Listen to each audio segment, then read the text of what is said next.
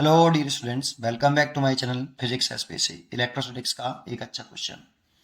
A solid sphere of radius R, solid sphere radius R carries a charge capital Q plus small q distributed uniformly over its volume. A very small point like pieces of its mass small m get detached from the bottom of the sphere and fall down vertically under the gravity. This piece carries a charge q. If it acquire a speed v when it has fallen through a vertical height y, then assuming the remaining portion to be spherical, मतलब ये particle अलग भी हो जाए तब भी जो remaining portion है वो स्फेरिकल शेप का ही है।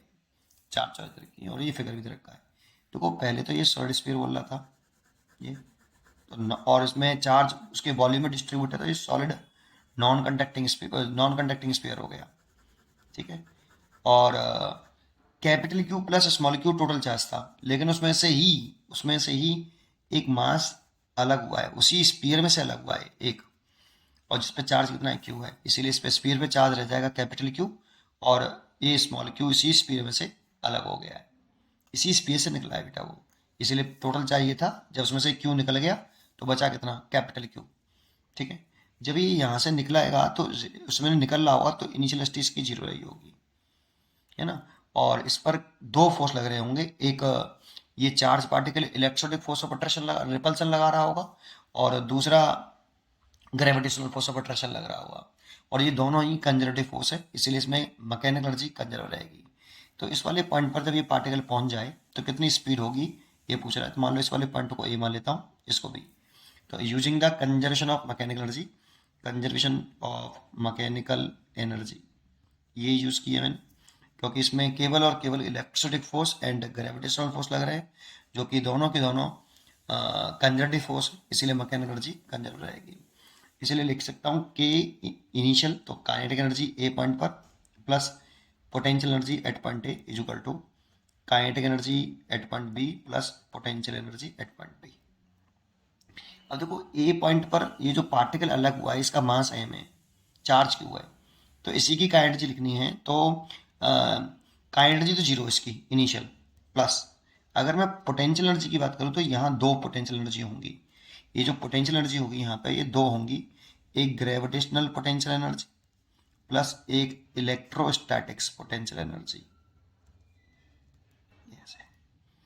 तो पहले में ग्रेविटेशनल पोटेंशियल एनर्जी के लिए एक ग्रेविटेशनल रेफरेंस लेवल मानना पड़ता है।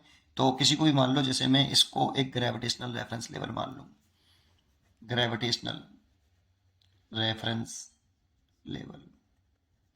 और ग्रेविटेशनल रेफरेंस लेवल का मानने का मतलब है इस जगह पर मैंने पोटेंशियल एनर्जी जीरो एज्यूम कर ली है, इस जगह पर पोटेंशियल एनर्जी जीरो है। ठीक है।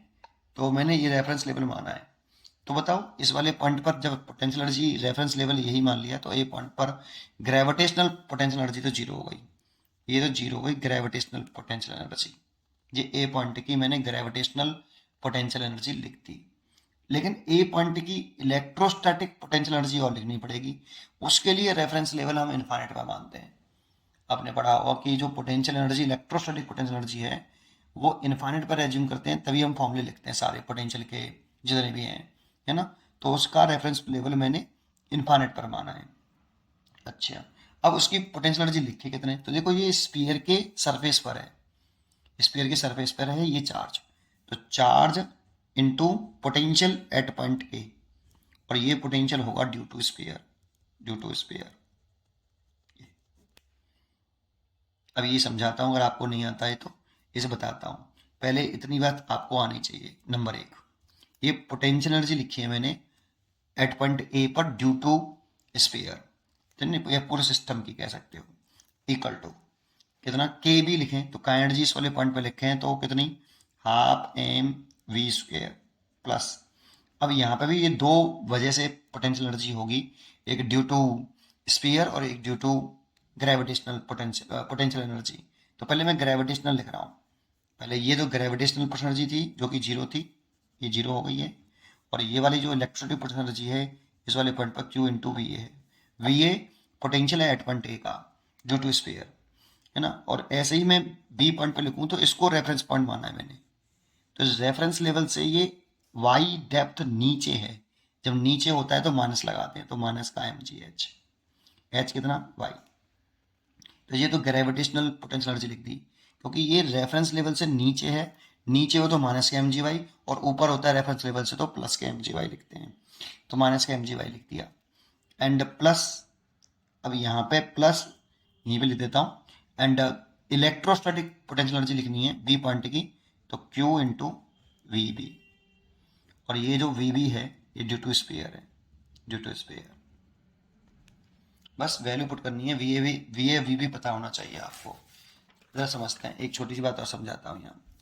जैसे जो पोटेंशियल फॉर्मूला होता है ना, पोटेंशियल होता है क्या एक्चुअल में, इलेक्ट्रिक पोटेंशियल क्या होता है एक्चुअल में, इलेक्ट्रिक पोटेंशियल एक्चुअल में जो होता है ये होता है वर्डन इन्फिनिटी टू पी, और ये पी पॉइंट का potential divide by moving charge, test charge, और ये एक्सटर्नल एजेंट द्वारा किया गया वर्डन होता है, और इक्वल टू, अगर आपका चेंज इन काइनेटिक एनर्जी जो है जीरो होती है, या सीधा लिख देता हूँ माइनस के ये W इन्फिनिटी टू P, आप इलेक्ट्रोस्टैटिक फोर्स लिख सकते हो डिवाइड बाई क्यू नॉट, और minus delta U equal to होता है माइनस के W कंजर्वेटिव फोर्स, तो माइनस के W कंजर्वेटिव फोर्स जब लिख सकते हैं डेल्टा U मतलब फाइनल माइनस इनिशियल, तो UP minus U initial infinite हो गया, इनफाइनाइट पर रेफरेंस पॉइंट मानते हैं divide by Q naught, infinite पर पोटेंशियल एनर्जी जीरो मानते हैं तो potential energy divide by Q not. इसीलिए ये वाला अगर मैं फॉर्मूला यूज करूं ये वाला, तो पोटेंशियल इज इक्वल टू होता है potential energy per unit charge, तो इसीलिए मैं यहाँ पे लिखूं तो potential energy is equal to आ गई चार्ज इनटू पोटेंशियल, ये मैंने फॉर्मूला यूज किया एक। दूसरा मेरे को अब पोटेंशियल याद होना चाहिए, पोटेंशियल का फॉर्मूला याद होना चाहिए क्या, ये नॉन कंडक्टिंग स्फीयर है बेटा, ये नॉन कंडक्टिंग स्फीयर है, और उसका चार्ज जो है वॉल्यूम में डिस्ट्रीब्यूट है, और कितना इसकी रेडियस कैपिटल आर है, कितना चार्ज डिस्ट्रीब्यूट है इसमें पूरे में, कैपिटल क्यू चार्ज डिस्ट्रीब्यूट है, कैपिटल क्यू। तो इसके सरफेस पर जो पोटेंशियल होता है due to solid non conducting sphere, वो होता है वी सरफेस पर, अगर ए पॉइंट पे लिखूं तो के क्यू ओवर सरफेस तक की डिस्टेंस जो कि रेडियस आर है, तो आर। और अगर मैं आउटसाइड लिखूं यहाँ पे, तो ये स्मॉल आर मान लूँ, ये वाली सेंटर से, तो इस वाले पॉइंट पर होता है के क्यू स्मॉल आर। लेकिन यहाँ पे अगर ये वाली डिस्टेंस अगर मैं वाई मानूं, और ये स्मॉल आर है और ये कैपिटल आर है, तो Y is equal, small R is equal to लिख सकता हूँ मैं कितना, कैपिटल आर प्लस वाई, तो मैं K Q over R plus Y भी ले सकता हूँ।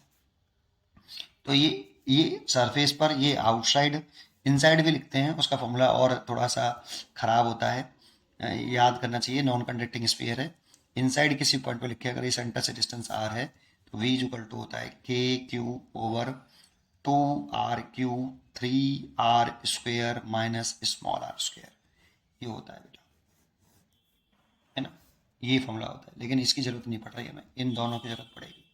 अब चलते हैं अपने क्वेश्चंस में, चलिए यहाँ आ जाएं, तो वी ए, तो लिखेंगे देखो क्यू वी ए, तो ए पॉइंट का पोटेंशियल लिखना है ड्यू टू स्फीयर, तो ये सरफेस पर है, और सरफेस पर होता है के क्यू अपॉन आर, तो इसलिए लिख देता हूँ K capital Q over R equal to half M B square